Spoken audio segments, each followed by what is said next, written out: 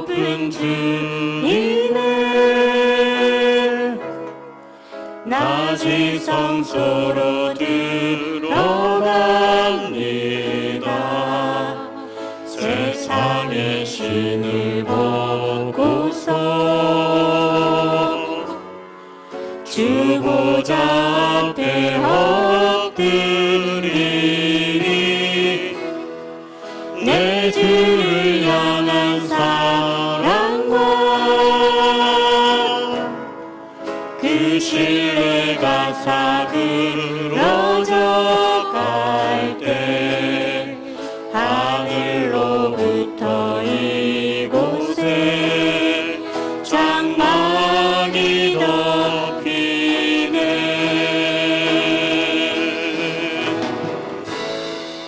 이곳을 덮으소서.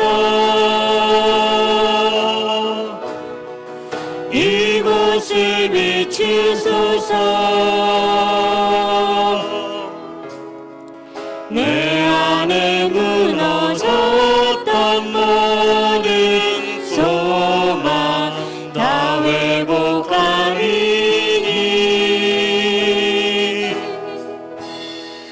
이곳을 지나소서.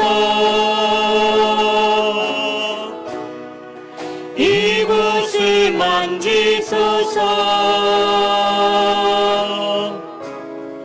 내 안에 죽어가는 모든 예배 다 살아나리라.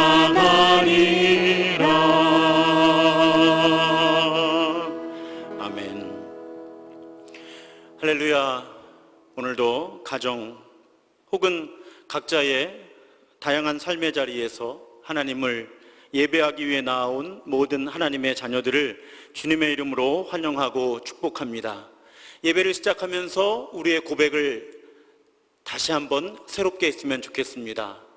우리가 언제 어디서 예배하든지 하나님은 지금 그곳에 계시고 무엇보다도 우리 안에 계십니다. 우리는 지금 하나님 안에서 예배합니다. 그 고백 결코 놓치지 않기를 주님의 이름으로 부탁드립니다. 오늘은 성령 강림 후 13번째 주일입니다. 이제 사도신경으로 우리의 믿음을 고백하겠습니다. 전능하사 천지를 만드신 하나님 아버지를 내가 믿사오며 그 외아들 우리 주 예수 그리스도를 믿사오니 이는 성령으로 잉태하사 동정녀 마리아에게 나시고 본디오 빌라도에게 고난을 받으사 십자가에 못 박혀 죽으시고 장사한 지 사흘 만에 죽은 자 가운데서 다시 살아나시며 하늘에 오르사 전능하신 하나님 우편에 앉아 계시다가 저리로서 산 자와 죽은 자를 심판하러 오시리라.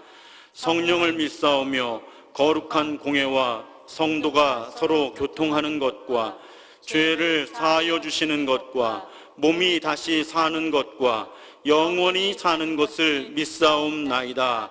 아멘.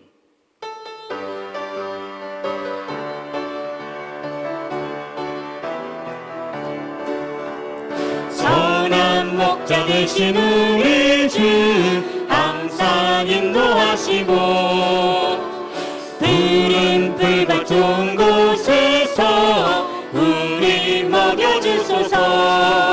선한 목자 구세주여 항상 인도하소서.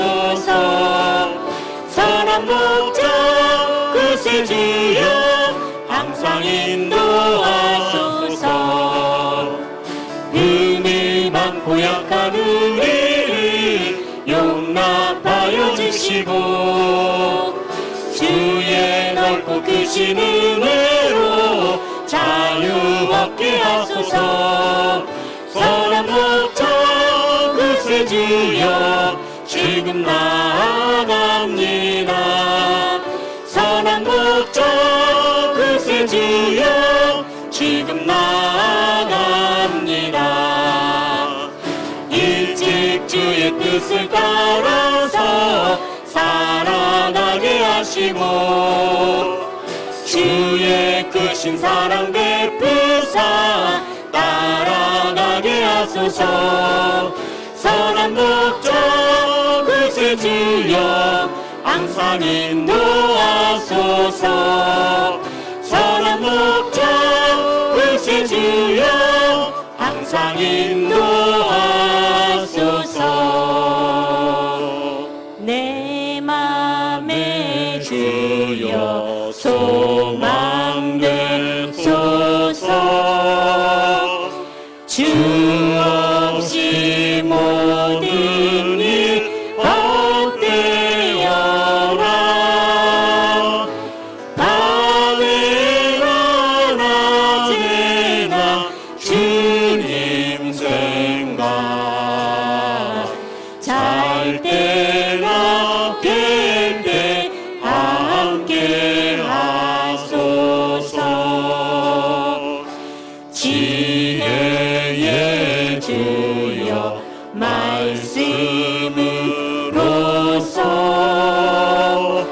언제나 내 안에 계십소서. 주는 내 아버지 나는 아들. 주 안에 내가 늘 함께하네.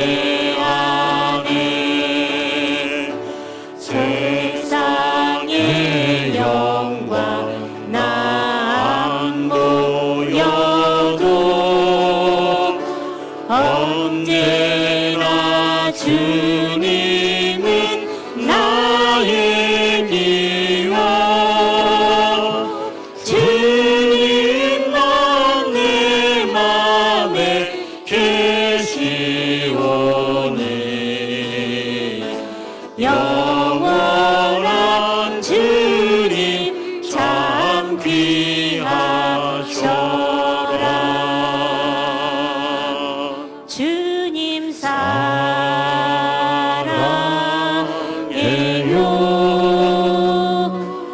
온 마음과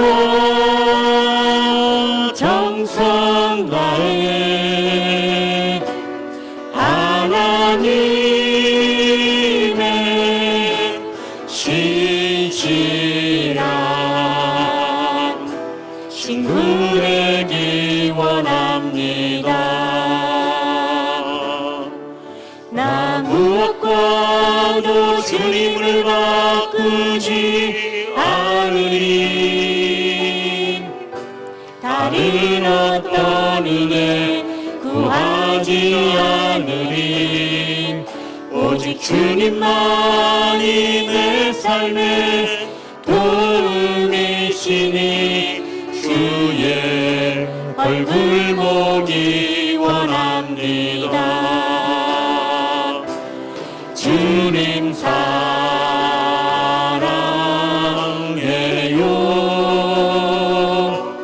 온 마음과 정성 다해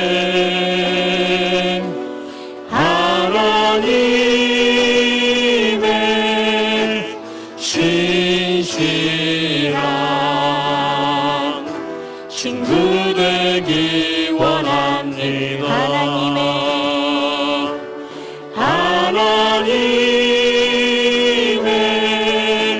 신실한 친구 되기 원합니다. 아멘. 이 시간 예배를 위해 기도하겠습니다. 우리 지금 주님 사랑한다고 고백했습니다.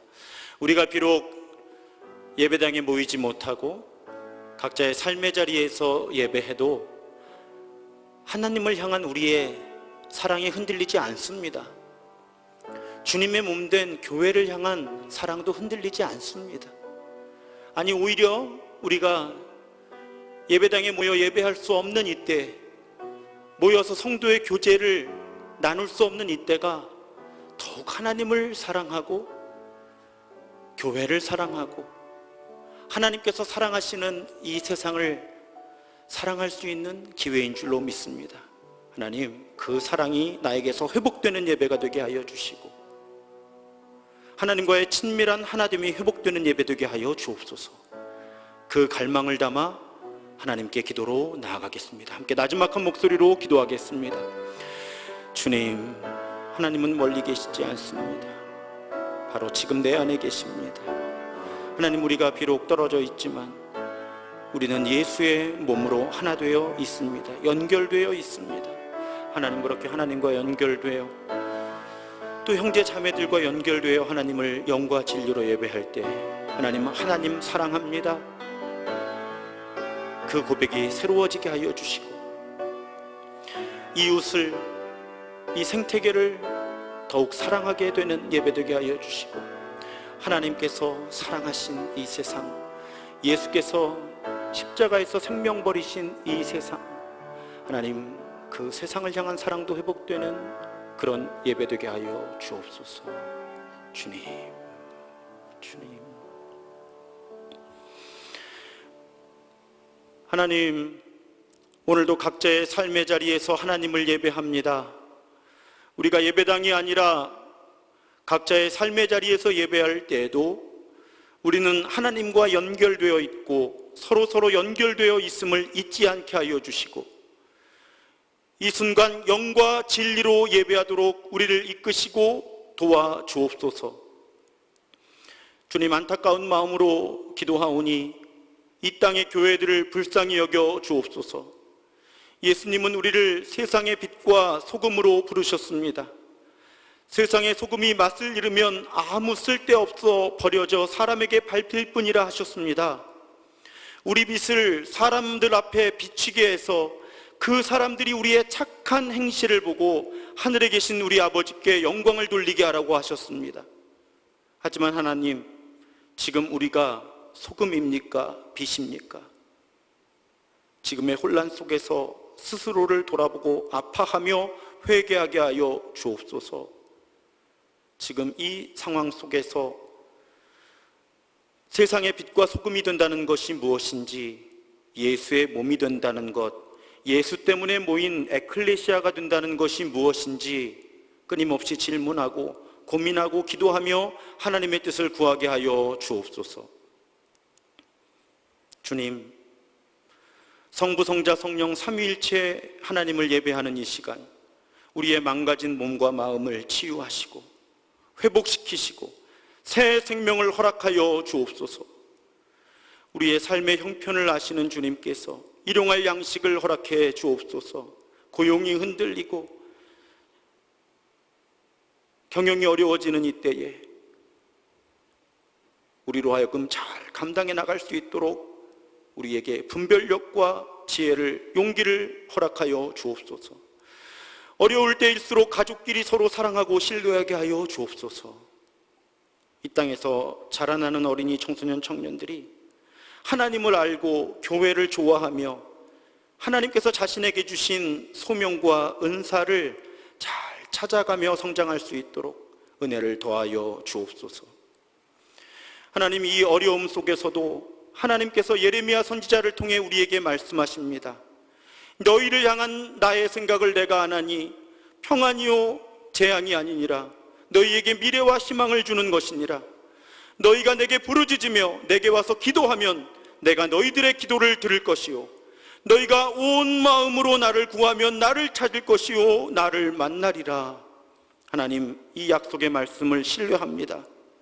우리가 힘들 때일수록 더욱 기도의 무릎을 꿇게 하시고 혼란스러울 때일수록 내 뜻이 아닌 하나님의 뜻을 분별하게 하여 주옵소서.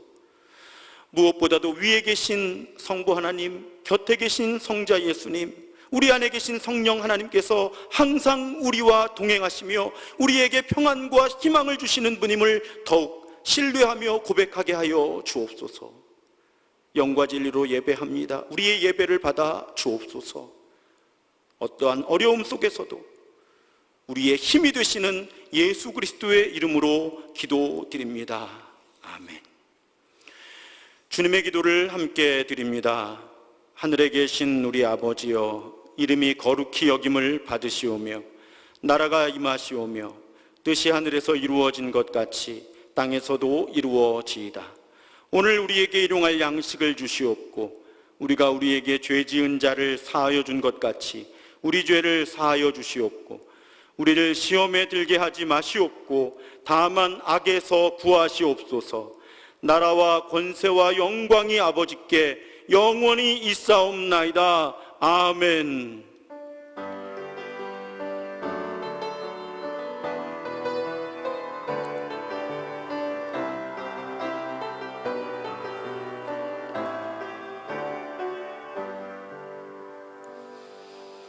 아멘.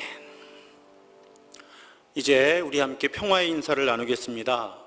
사실은 좀 불공평합니다. 여러분은 저를 보고 계신데 저는 여러분을 볼 수가 없어요. 불공평한데 제가 여러분께 평화의 인사를 드릴 때 여러분도 저를 축복해 주신다고 믿으면서, 또 우리가 서로를 축복할 때 랜선과 와이파이로 다 연결돼서 우리가 서로를 축복함을 믿으면서 그렇게 인사 나누겠습니다. 주님의 평화가 여러분 모두와 함께. 감사합니다. 이제 화해와 평화의 징표로 서로 인사를 나누겠습니다. 주님의 평화가 함께 하시기 바랍니다. 주님의 평화가 함께 하시기 바랍니다. 주님의 평화가 함께 하시기 바랍니다. 감사합니다. 이제 교회 소식 함께 나누겠습니다. 사회적 거리두기 2단계가 연장이 되어 있고요. 또 방역 조치가 강화되어 있습니다. 그래서 교회의 모든 현장 예배와 대면 모임이 중단되어 있습니다. 여러분, 교회에서 연락이 갈 때까지는 현장 예배를 드리지 않는다는 뜻입니다. 우리 등록된 교인들께는 예배를 다시 현장에서 모일 수 있게 되면 다시 연락을 드리도록 하겠습니다. 우리 교회 등록되지 않으신 분들은 토요일쯤 홈페이지를 방문해 주시면 거기에 가장 최신 예배 일정을 팝업으로 늘 공지하도록 하겠습니다. 2단계인데 정부나 우리나 지금 2.5단계라는 용어를 쓰고 있습니다. 거리두기 3단계로 악화되지 않기 위해서 정부도 그렇고 우리 모두가 몸부림을 치고 있습니다. 거리두기 3단계로 진행되지 않고 상황이 빨리 나아지도록 더 기도하고 더 실천하는 우리가 되기를 소망합니다. 새로운 교회 이름 공모하고 있습니다. 여러분, 가급적이면 9월 첫 주일까지, 이번 주 중까지 공모해 주시면 9월에 심사해서 10월 첫 주 창립기념주일에 발표하려고 합니다. 방송실 섬길 분들 찾고 있습니다. 새로운 주일 설교 시리즈를 9월 둘째 주에 시작합니다. 오늘 전도서 마무리하고요. 다음 주에 제가 좀 평소에 나누고 싶었던 말씀 한 주 전하고 9월 13일부터 로마서로 이해하는 복음이라는 시리즈를 시작합니다. 우리가 마가복음을 한 거의 1년을 말씀을 함께 들었는데요. 아마 로마서도 긴 여행이 되지 않을까 그렇게 생각합니다. 위에서 기도해 주시면 감사하겠습니다. 벌써 9월입니다. 그래서 9월 성경 읽기표 홈페이지와 페이스북에 올라가 있고요. 여러분, 교회 혹시 들리실 수 있으면 교회 로비 혹은 사무실에 인쇄해서 비치하고 있습니다. 지금도 늦지 않으셨습니다. 통독 지금부터 시작하셔도 좋겠습니다. 온라인 예배 드리는 부분 계속 강조해도 지나치지 않습니다.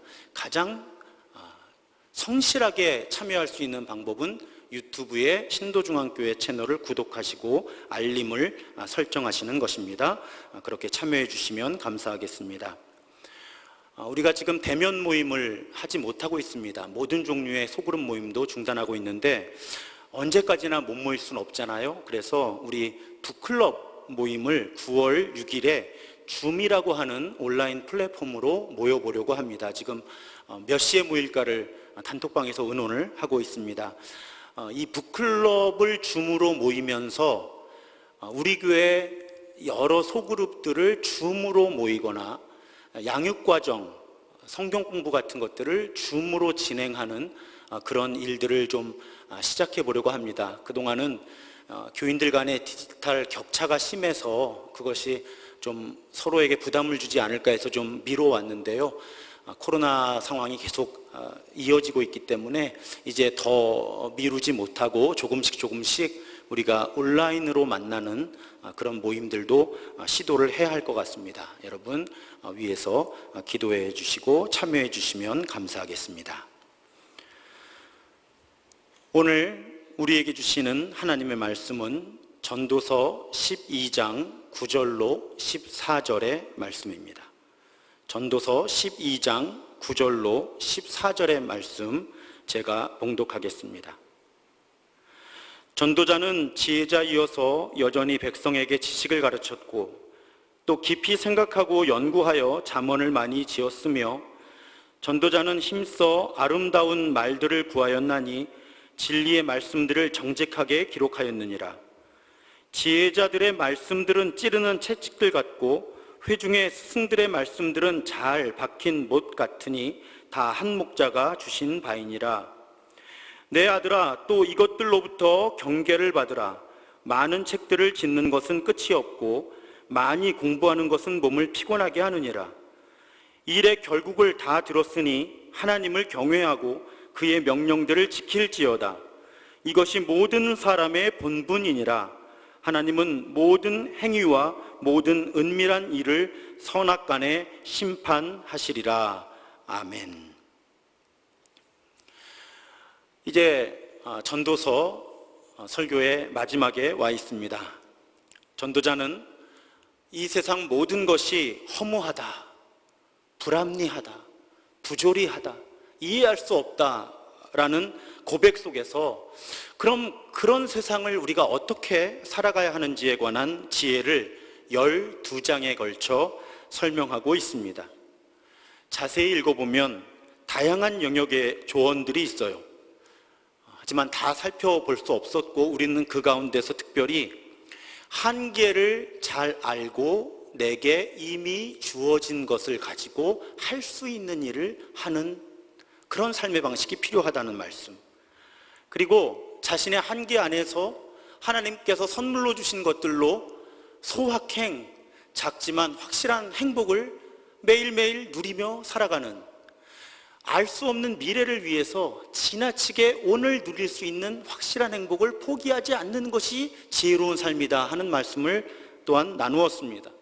그리고 지난주에는 하나님의 지혜에 따라 사는 사람들은 극단을 피하고 이 중용의 자세 속에서 하나님의 뜻을 끊임없이 추구한다 하는 그런 가르침도 살펴보았습니다.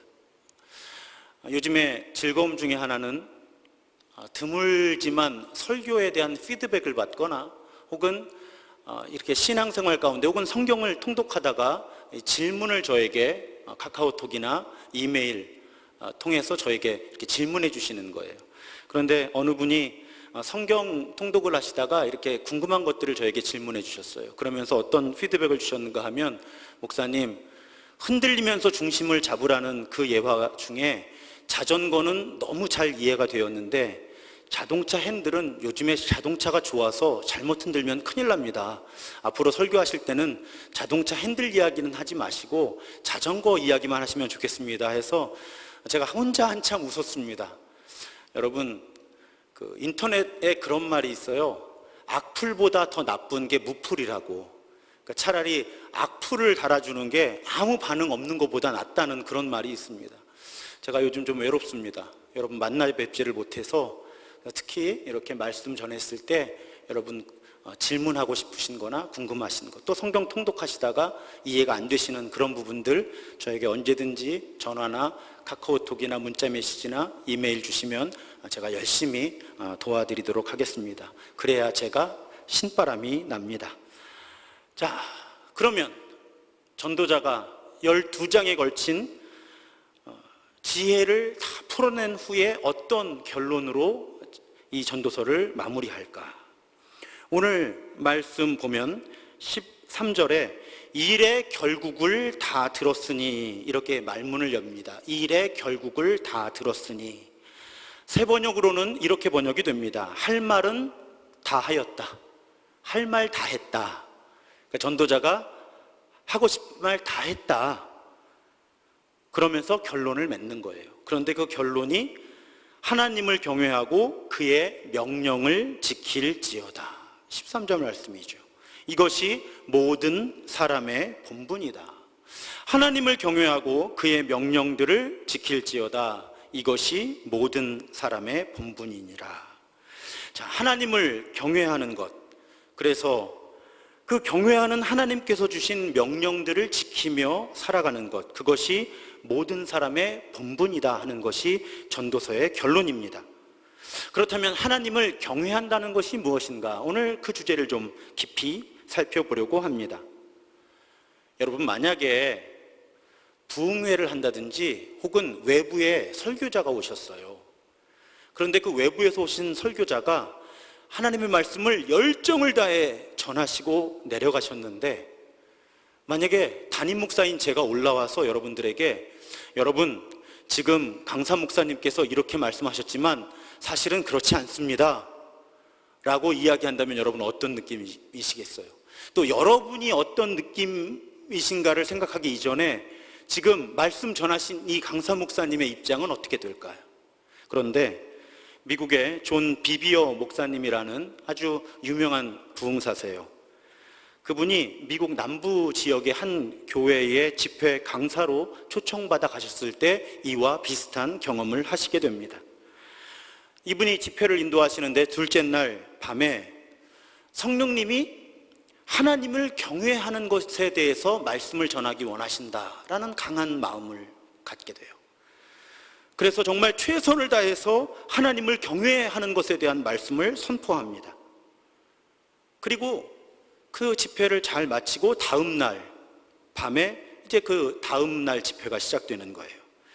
그래서 이제 찬양이 진행이 되었고요. 강사 목사님이시니까 이제 존 비비어 목사님이 이렇게 맨 앞자리에 앉아 계셨던 거예요. 그런데 찬양을 마치고 나니까 갑자기 아무런 사전에 의논도 없었는데 담임 목사님이 앞에 나오시는 거예요. 그러더니 그 담임 목사님이 강사 목사님, 존 비비어 목사님이 전날 밤에 설교하신 내용이 잘못되었다고 교인들한테 말씀하시는 겁니다. 하나님을 경외하는 것에 대해서 비비어 목사님 말씀 전하셨는데, 이 담임 목사님은 신약 시대를 사는 성도들은 하나님을 두려워할 필요가 없습니다, 이렇게 바꾸어서 말씀하시는 거예요. 그분이 말씀하신 근거는 요한일서 4장 18절이었습니다. 온전한 사랑이 두려움을 내쫓는다. 그러니까 우리는 하나님을 두려워해서는 안 되고 하나님을 사랑하면 된다, 이렇게 담임 목사님이 말씀을 하시는 거예요. 존 비비어 목사님이 맨 앞줄에 앉아 계시다가 정말 충격을 받습니다. 그 담임 목사님의 문제가 무엇이었는가? 존 비비어 목사님은, 그 담임 목사님은 한마디로 하나님을 두려워하는 것과 하나님을 경외한다는 것이 서로 다른 것이라는 것을 알지 못하고 계셨다는 거예요. 그래서 비비어 목사님은 하나님을 경외하라고 설교를 했는데, 담임 목사님은 나오셔서 하나님을 두려워할 필요가 없다고 교인들에게 알려주신 거예요.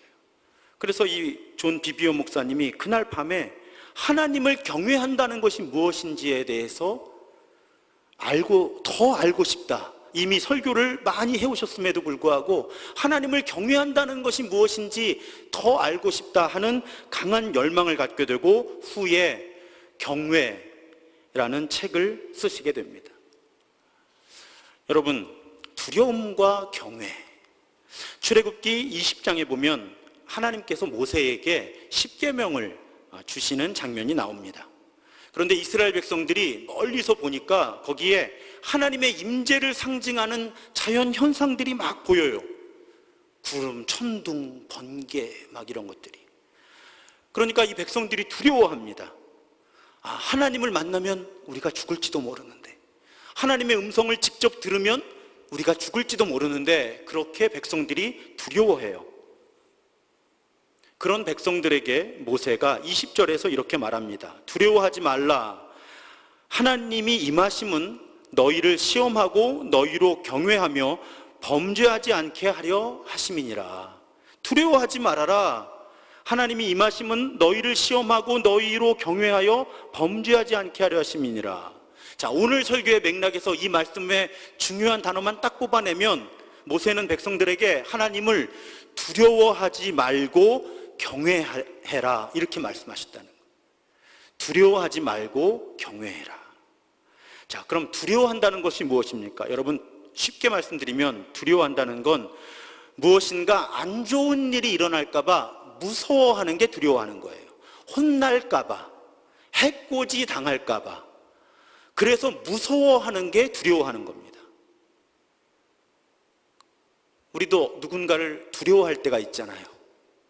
그러면 경외한다는 것은 무엇인가? 역시 기본 감정은 두려움이에요. 그렇지만 여기서의 두려움은 무서워서 두려워하는 게 아니고요, 공경하는 마음으로, 존경하는 마음에서 나오는 두려움, 이것을 경외라고 부릅니다. 그러니까 한자로 번역을 참 잘했어요. 하나님을 높이느라고 두려워하는 마음, 그것이 경외이죠. 그러니까 여러분, 같은 두려움인 것 같아도요, 무서워서 두려워하는 거하고 공경하는, 존경하는 마음으로 두려워하는 것은 전혀 다른 감정입니다. 지난 주일 오후에 가족들과 함께 있는데 후배 목사님 한 분이 전화를 해오신 거예요. 근데 보통 목사님들끼리 주일에 전화를 잘 안 합니다. 그리고 요즘은 급한 일도 웬만한 일은 문자 메시지로 먼저 소통을 하고 꼭 필요할 때만 통화를 해요. 그래서 저도 좀 놀래서 무슨 일이신가 하고 전화를 받았어요. 그런데 그 목사님은 저에게 양해를 구할 것이 있어서 전화를 하신다는 것이었습니다. 무슨 일인데요, 목사님? 그랬더니 그날 그 목사님이 설교를 하시면서 저에게서 들은 이야기를 설교에 사용하셨다는 거예요. 근데 이제 설교를 마치고 예배를 마치고 내려오셨는데 그게 그렇게 마음에 걸리시더라는 거예요. 아, 이거를 정 목사님께 양해를 구하고 내가 설교를 했어야 되는데 양해를 구하지 않고 이렇게 설교를 했으니 내가 지금이라도 전화를 드려서 정중하게 사과하고 양해를 구해야 되겠다. 그래서 전화를 하셨다는 거예요. 아, 목사님 괜찮습니다. 뭐 이런 걸로 전화를 하셨어요 하고 전화를 끊었어요. 그런데 마음이 흐뭇한 거예요. 왜 흐뭇했을까요? 그 목사님이 저를 존중해 주시는 느낌 때문에 제 마음이 따뜻해진 거죠. 여러분 보세요. 사람과 사람 사이의 관계에서도 서로를 존중해 주는 태도가 관계의 기초가 되죠. 이건 아주 가까운 남편과 아내 사이에서도, 부모와 자녀 사이에서도 마찬가지 원리예요. 서로를 존중하는 것이 인간관계의 기본이고 기초죠. 누군가가 나를 무시하는 것을 좋아하고 오래 견뎌내는 것은 매우 힘든 일입니다. 하물며 피조물인 우리와 창조주이신 하나님, 그 관계 가운데 피조물인 우리가 창조주이신 하나님을 대하는 우리의 태도가 무례하다면 우리와 하나님과의 관계가 깊어질 수 있겠는가? 친밀해질 수 있겠는가? 우리가 하나님을 하나님으로 인정하고 경외할 때 하나님과 우리 사이가 친밀해질 수 있는 것이죠. 그래서 그 경외라는 책을 쓰신 존 비비어 목사님은 이런 말씀을 그 책에 주세요. 나는 하나님의 사랑이 그분과의 관계를 이루는 기초라고 생각했다. 그런데 얼마 지나지 않아 하나님을 경외함이 진정한 기초가 됨을 깊이 깨달았다. 사랑이 하나님과 우리 사이의 관계의 기초라고 생각했는데 사랑이 아니라 하나님을 경외하는 것이 하나님과 우리 사이의 진정한 기초가 된다. 왜? 하나님을 경외하기 전까지는 우리가 하나님을 진정으로 사랑할 수가 없는 겁니다. 아까 예를 든 것처럼 남편과 아내 사이, 부모와 자녀 사이에도 마찬가지예요. 사랑한다고 말하면서 존중하지 않을 수는 없습니다. 그러니까 서로를 존중하지 않으면서 사랑한다고 말할 수 없다는 거죠. 그렇다면 우리가 하나님을 경외하지 않으면서 하나님을 사랑한다고 말할 수 없다는 것입니다. 그런 의미에서 하나님을 경외하는 것이 우리와 하나님과의 관계를 형성하는 토대가 된다는 거예요. 기초가 된다는 것입니다. 나아가 우리가 하나님을 경외할 때 이렇게 생각해 보시면 좋겠어요. 저도 그랬는데요, 저희 아이도 그렇더라고요. 좋아하는 선생님 과목을 열심히 하게 돼요. 그리고 우리가 존경하는 누군가를 그 가르침을 더 쉽게 거부감 없이 받아들이고 더 잘 따르게 됩니다. 그러면 우리가 하나님을 경외할수록 어떤 현상이 우리에게 일어날까요? 하나님의 뜻대로, 하나님의 말씀대로 살기가 쉬워지는 거죠. 그러니까 우리가 하나님을 경외하면 경외할수록 우리가 하나님의 뜻대로 살아갈 수 있는 동기가 부여되고 우리가 큰 노력을 기울이지 않으면서도 하나님의 뜻대로 살아갈 수 있게 되는 것입니다. 그래서 이 전도서뿐 아니라 지혜서 전체의 주제성구라고 할 수 있는 고백이 잠언 1장 7절이에요. 여호와를 경외하는 것이 지식의 근본이다. 여호와를 경외하는 것이 지식의 근본이다. 왜요? 거기서 모든 것이 출발한다는 거죠. 하나님과 우리와의 관계, 우리가 하나님을 알아가는 것, 하나님의 뜻대로 살아가는 것, 이 모든 것의 토대가 되는 것은 우리가 하나님을 얼마나 경외하는가. 여러분, 오늘 말씀을 묵상하다가 이런 것 좀 적어두셔도 좋겠어요. 전도서가 고백하는 하나님은 이해의 대상이 아니고요, 경외의 대상이에요. 중요한 말씀이니까 반복하겠습니다. 전도서가 고백하는 하나님은 우리의 이해의 대상이라기보다는 경외의 대상이에요. 우리는 분명히 하나님을 알 수 있어요. 알아가야만 해요. 그런데 다 알 수는 없어요. 전도서에서 계속 고백해온 고백이죠. 그러니까 하나님을 이해하는 것에는 한계가 분명해요. 하지만 하나님을 경외할 수는 있어요. 이해할 수는 없어도 경외할 수는 있어요. 그래서 하나님은 우리의 이해의 대상이기 이전에 경외의 대상이 되시는 겁니다. 여러분, 성경에 계시되고 우리가 경험하는 하나님은 정말 우리와 가까운 분이에요. 아까 기도문 가운데서도 제가 고백했잖아요. 하나님은 위에 계신 성부 하나님, 곁에 계신 성자 예수님, 우리 안에 계신 성령 하나님, 결코 우리를 떠나시지 않고 떠나실 수 없어요. 게다가 우리는 하나님의 형상으로 지음받았어요. 하나님을 닮았어요. 그런데 문제가 있죠. 첫 번째, 우리는 타락했어요. 하나님의 형상이 망가졌어요. 그래서 하나님의 임재를 자유롭게 경험하는 것에도, 하나님과 소통하는 것에도 한계가 분명해요. 그런데 우리가 타락하기 이전의 존재라고 해도 창조주 하나님과 피조물인 우리 사이에는 결코 넘어설 수 없는 벽이 있어요. 불연속성이 있는 거예요. 우리는 그 부분을 분명하게 인식하고 살아야 한다는 것이죠. 하나님을 생각할 때 우리가 떠올릴 수 있는 가장 좋은 이미지 중에 하나가 빛이에요. 그래서 요한 1서 1장에 보면 하나님은 빛이시라, 하나님은 빛이시라, 그에게는 어둠이 조금도 없으시다, 이렇게 선언합니다. 그런데 여러분, 아마 지금 제가 드리는 말씀은 처음 듣는다 하시는 분들도 계실지 모르겠어요. 저렇게 어두움이 조금도 없으시고 빛이신 하나님이 역설적으로 어둠에 거하신다고 성경은 고백합니다. 아까 인용했던 출애굽기 20장의 21절에 보면요, 백성은 멀리 서 있고 모세는 하나님이 계신 흑암으로 가까이 가니라, 이렇게 고백하고 있어요. 자, 하나님이 어디 계시다고요? 흑암에, 어두움 안에 계신 거예요. 자, 빛이신 하나님이 어둠 속에 거하신다. 과연 어떤 의미일까요? 물론 어떤 사람들은, 또 어떤 번역은 이 흑암을 먹구름이라고 이해를 해요. 그래서 하나님이 그 먹구름 속에 계시다는 고백이다. 그런데 기독교 영성에서는 하나님이 이 흑암 속에 계시다, 어둠 속에 계시다는 고백을 하나님은 우리의 관찰과 우리의 이해를 넘어서는 분이다 라는 그런 고백으로 받아들여요. 그래서 기독교 영적 전통에서 그 개념을 함축하고 있는 단어가 하나 있는데, 이제 가을에 저하고 영성훈련 공부하시게 되면 배우실 거예요. 무지의 구름이라고 하는 책 제목이에요. 사실은 무지의 구름, 구름 크라우드인데 unknowing, 무지의 구름이라고 하는 그런 개념이 있습니다. 여러분 오해하지 마세요. 무식의 구름이 아니에요. 무식의 구름이 아니라 무지의 구름. 어떻게 다른가 하면 무식은 지식이 없는 거예요.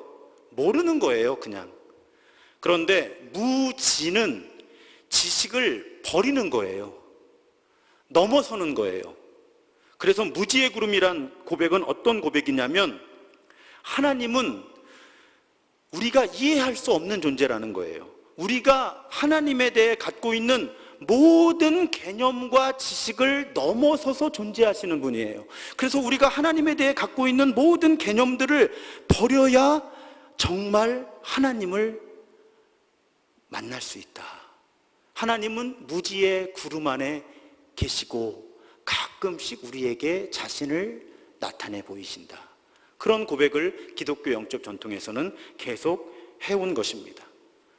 무지의 구름이라는 말은 하나님은 우리의 이해를 넘어선, 지식을 넘어선, 개념을 넘어선 초월적인 존재다 하는 고백이라는 말씀이에요. 그 하나님이 우리의 경외의 대상이 되십니다. 우리가 경외해야 마땅한 분이신 거예요. 여러분, 성경을 읽어나가다 보면 우리를 당혹스럽게 하는 장면들이 있어요. 이해하기도 어렵지만 설교하기가 참 힘든 장면들이 있는데 저는 두 장면을 말씀드리려고 해요. 첫 번째 사건은 레위기 10장에 등장하는데 제사장 나답과 아비후가 하나님께서 명령하신 것과 다른 종류의 불을 가지고 분향을 하다가 그 자리에서 죽어요. 성경은 딱 그 얘기만 기록하고 있어요. 하나님께서 명령한 것과 다른 종류의 불로 분향하다가 향을 피우다가 그 자리에서 죽어요. 두 번째 참 이해하기 힘든 사건은 사무엘하 6장에 보면 하나님의 법궤를 이제 다윗이 예루살렘으로 옮겨와요. 그런데 그 법궤를 수레에 실었어요. 원래는 매야 되는 건데. 근데 수레에 싣고 가다 보니까 이게 수레가 흔들려서 법궤가 떨어질 것 같아요. 그러니까 우사라고 하는 사람이 그 궤를 보호하기 위해서 손을 대요. 그리고 그 자리에서 죽어요. 저는 이 두 장면이 참 어렵고 힘들어요. 이 두 장면에서 하나님은 사람들을 죽이세요. 죽게 하세요. 하나님께서 정해주신 방식과 다르게 제사 드린다고 죽게 하세요. 하나님의 궤를 율법에 정한 대로 운반하지 않다가 사고가 났는데 하나님은 그 일을 행한 사람을 죽게 하세요. 도대체 왜 그러셨을까? 그러다가 오늘 설교의 맥락에서 제가 내린 잠정적인 결론은요, 아까 말씀드린 것처럼 하나님과 우리 사이의 관계의 기초, 토대가 되는 것이 우리가 하나님을 경외하는 마음이에요. 그런데 어느 순간 하나님께서 보시니까 사람들이 하나님을 경외하는 마음이 다 무너져 버린 거예요. 그럼 어떤 일이 일어나요? 하나님과 사람들 사이가 다 무너져 버리는 거예요. 하나님이 우리에게 주시고 싶어 하는 것들을 주실 수도 없고요. 사람들은 하나님의 길을 떠나서 다 망가져 가는 거예요. 그럴 때 하나님은 그런 극단적인 상황 속에서 극단적으로 개입하실 수밖에 없는 거죠. 하나님은 경외의 대상이라고 하는 것을, 하나님을 향한 경외하는 마음을 다 잃어버린 세대들에게 일깨워 주시기 위해서, 좀 죄송한 표현이기는 한데 시범 케이스가 필요하신 때도 있었던 것 같아요. 그래서 하나님이 할 수 없이 사용하신 시범 케이스가 나답과 아비후 그리고 우사였던 거죠. 그렇게 뜻밖의 사람이 생명을 잃는 장면을 통해서 모든 백성들로 하여금, 왕과 제사장들로 하여금 하나님을 경외하는 마음을 회복할 수 있도록, 물론 처음에는 두려운 마음이었겠죠. 왜 죽었을까?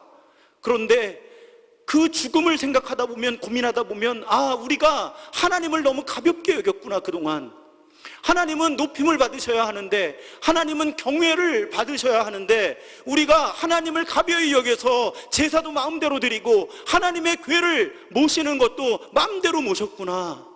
그걸 일깨워 주시기 위해서, 사람들이 깨닫지를 못하니까, 하나님을 경외하지 않으면서 무너지고 망가져가는 이 위기를 사람들이 깨닫지 못하니까 하나님은 안타까워 하시면서도 극단적인 방식으로 나답과 아비후에게 또 이 웃사에게 개입하셨던 것이 아닐까, 저는 그렇게 고백해 봅니다. 우리가 하나님을 경외할 때 참 하나님께서 우리에게 주시고 싶어 하시는 것들이 많아요. 이 존 비비어 목사님이 책에다가 막 거의 20가지를 성경에서 찾아내신 거예요. 하나님을 경외하는 사람들에게 하나님이 복 주시고자 하는 그 내역을 성경 전체를 뒤져서 찾아내셨어요. 제가 그 가운데 한 10가지 정도만 여러분들에게 읽어드리려고 그래요. 우리가 하나님을 경외할 때 우리 마음이 기도응답을 받을 만한 상태가 된다. 우리가 하나님을 경외할 때 하나님의 큰 은혜가 충만하게 임한다. 우리가 하나님을 경외할 때 지혜와 명철을 얻고 시간 관리를 잘하게 된다. 우리가 하나님을 경외할 때 하나님의 곁에서 떠나지 않게 된다. 우리가 하나님을 경외할 때 우리의 소원이 이루어지고 해를 당하지 않게 된다. 우리가 하나님을 경외할 때 하나님께 필요한 것을 공급받는다. 우리가 하나님을 경외할 때 하나님의 인자하심을 경험한다. 우리가 하나님을 경외할 때 죽음 앞에서도 담대해지고 보호를 받는다. 우리가 하나님을 경외할 때 마음이 평안해진다. 우리가 하나님을 경외할 때 온전한 만족을 얻는다. 우리가 하나님을 경외할 때 가정이 잘 된다. 우리가 하나님을 경외할 때 훌륭한 지도자가 된다. 존 비비어 목사님은, 이건 제가 압축한 거예요, 성경에서 하나님을 경외하는 사람들에게 하나님이 어떤 선물을 주고 싶어 하시는지를 다 찾아서 제가 지금 읽어드린 그 하나하나 항목마다 근거가 되는 성경 구절들을 다 적어주셨어요. 그런데 우리가 하나님을 경외하지 않는 거예요. 그러니까 하나님은, 우리가 하나님을 경외하지 않을 때 가끔은 경고하실 수밖에 없는 거예요. 하나님이 기분 나쁘셔서가 아니라니까요. 우리 때문에, 우리를 살게 하시려고, 우리에게 복 주시려고, 우리가 복이 되게 하시려고 하나님은 하나님을 경외하도록 우리의 삶을 이끄신다는 것. 우리가 오늘 그 고백을 회복했으면 좋겠습니다. 오해는 하지 마십시오. 언제나 그렇듯이 이런 복을 받으려고 하나님을 경외하자는 말씀이 아니에요. 그러면 기복신앙이에요. 단지 우리가 하나님을 하나님으로 경외하는 건 여러분 피조물의 본분이에요. 오늘 말씀하잖아요. 그건 본분인데 우리가 그 본분을 잘 지켜서 하나님을 경외하면 하나님께서는 하나님을 경외하는 사람들에게 약속하신 복을, 은혜를, 선물을 우리에게 베풀어 주신다는 것입니다. 마치 우리가 누군가를 존중하고 그 사람과 친밀해지고 그 사람하고 친밀해지면 그 사람을 통해 경험할 수 있는 좋은 것들을 누릴 수 있게 되듯이 우리가 하나님을 경외할 때 하나님과 친밀해지면서 하나님께서 우리에게 주시는 복을 더 누릴 수 있게 된다는 말씀입니다. 하나님은 우리에게 복 주기를 원하시는 분이세요. 우리가 세상에 복이 되기를 원하시는 분입니다. 관건은 우리한테 있는 거예요. 하나님은 복 주시기 원하시는데 과연 우리가 하나님을 경외하고 있는가? 그렇게 우리가 경외하는 하나님, 전도서의 마지막 절에서 그 하나님은 모든 행위와 모든 은밀한 일을 선악간에 심판하신다. 전도서의 마지막 고백이에요. 여러분, 하나님이 심판하신다고 하시니까 벌 받을까 봐 걱정이 되세요? 두려우세요? 저는 우리 신도중앙교회는 그 수준을 넘어서야 된다고 생각해요. 여러분, 우리가 잘 살면 돼요. 왜? 하나님은 분명히 선악간에 심판하신다고 하셨거든요. 악만 심판하시는 게 아니라 선을 갚아주시는 분이시라는 거예요. 그런데 우리는 왜 자꾸 하나님이 심판하신다 그러면 겁을 먹어요? 우리가 제대로 살지 못한다는 생각 때문이죠. 우리 신도중앙교회는 방향을 바꿨으면 좋겠어요. 하나님이 심판하신다 그러면 우리 신도중앙교회 식구들은 기뻐했으면 좋겠어요. 하나님이 갚아주신데 내가 잘 살면. 여러분, 우리 신도중앙교회에서의 심판이란 단어, 이 개념은 결코 부정적이지 않았으면 좋겠어요. 잘못 살고 벌받을 걱정하는 수준이 안에 머물러서는 안 돼요. 잘 살고 상받을 기대를 해야죠, 우리가. 그래서 저는요, 어느 순간부터 하나님께서 심판하신다는 말씀을 들으면 위로가 돼요. 격려가 돼요. 갈라디아서 6장의 말씀 여러분 잘 아시죠? 7절과 8절에 보면 스스로 속이지 말라. 하나님은 업신여김을 받지 않으신다. 경외를 받으시지. 하나님은 업신여김을 받지 않으세요.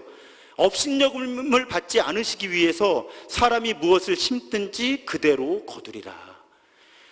육체를 위하여 심는 자는 썩어질 것을 거두고 성령을 위하여 심는 자는 영원한 생명을 거둔다. 하나님이 우리에게 약속해 주셨어요. 그래서 여러분, 하나님께서 심판하신다는 것을 확실히 믿는 사람들은 기쁘게 선을 행할 수 있는 거예요. 하나님이 갚아주시니까.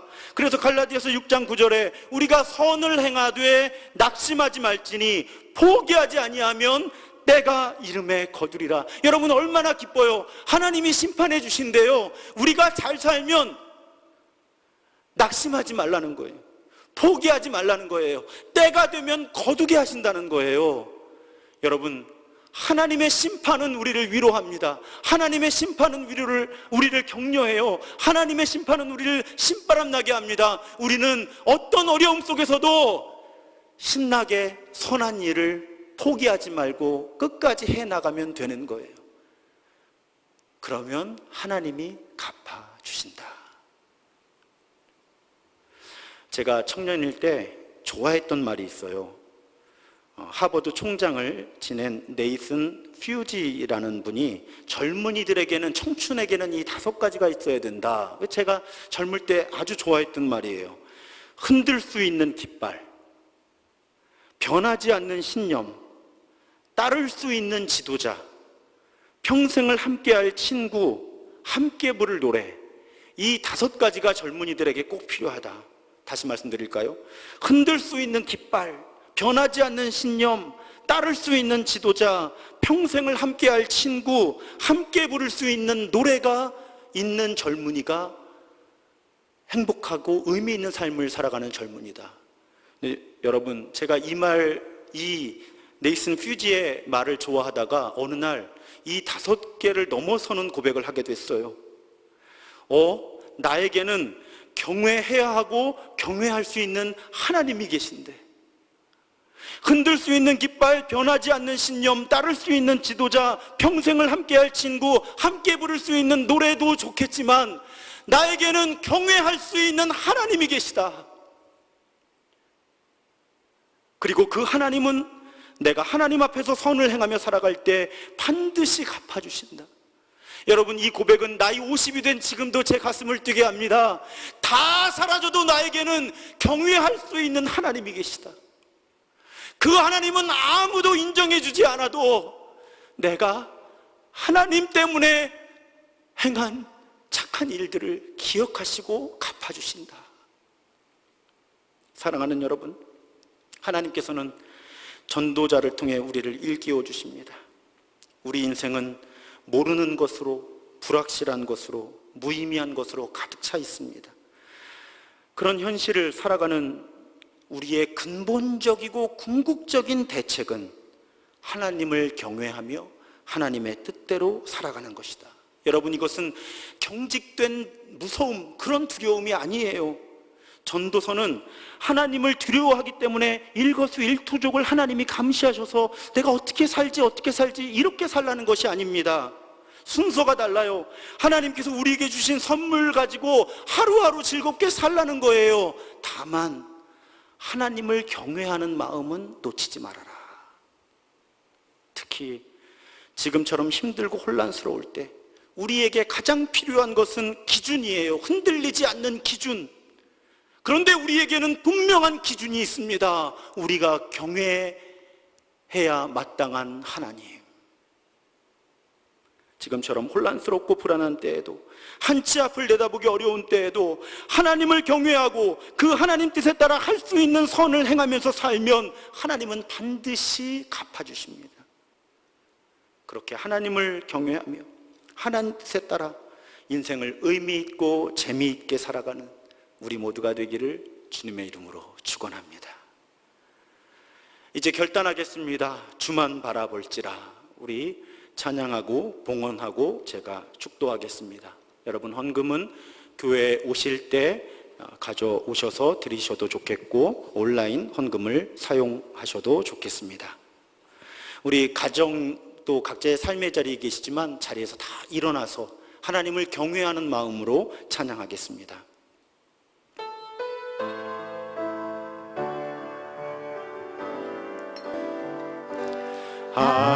하나님의 사랑을 사모하는 자, 하나님의 평안을 바라보는 자, 너의 모든 것 창조하신 우리 주님이 너를 얼마나 사랑하시는지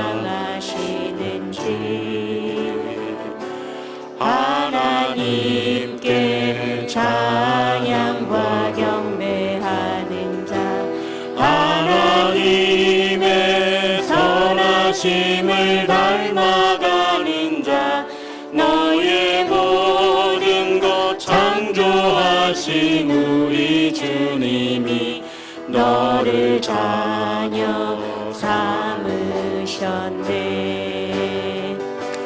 하나님 사랑의 눈으로 너를 어느 때나 바라보시고 하나님 인자한 귀로서 언제나 너에게 기울이시니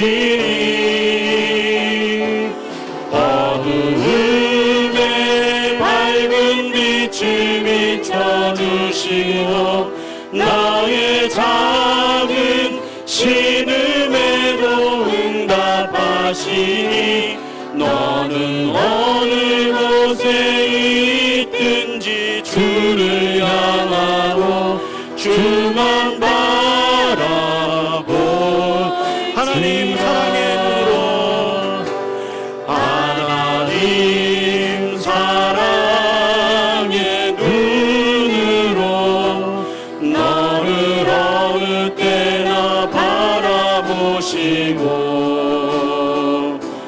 하나님 인자한 귀로서 언제나 너에게 기울이시니 어두움에 밝은 빛을 비춰주시고 나의 작은 신음에도 응답하시니 너는 어느 곳에 있든지 주를 향하고 주만 바라볼지라. 하나님 감사합니다. 오늘도 하나님 우리에게 말씀으로 일깨워 주시니 감사합니다.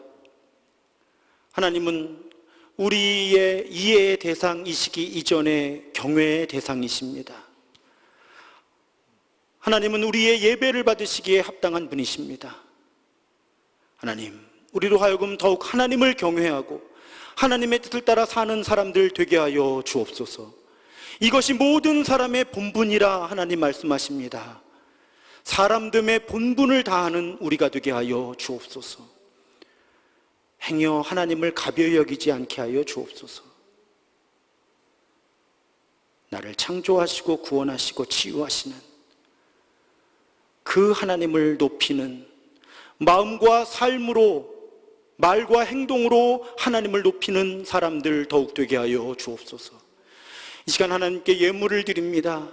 이 예물이 사용되는 곳마다 하나님의 뜻이 이루어지게 하여 주옵소서. 생명이 살아나는 하나님의 뜻이 이루어지게 하여 주옵소서. 공동체가 회복되는 하나님의 뜻이 이루어지게 하여 주옵소서.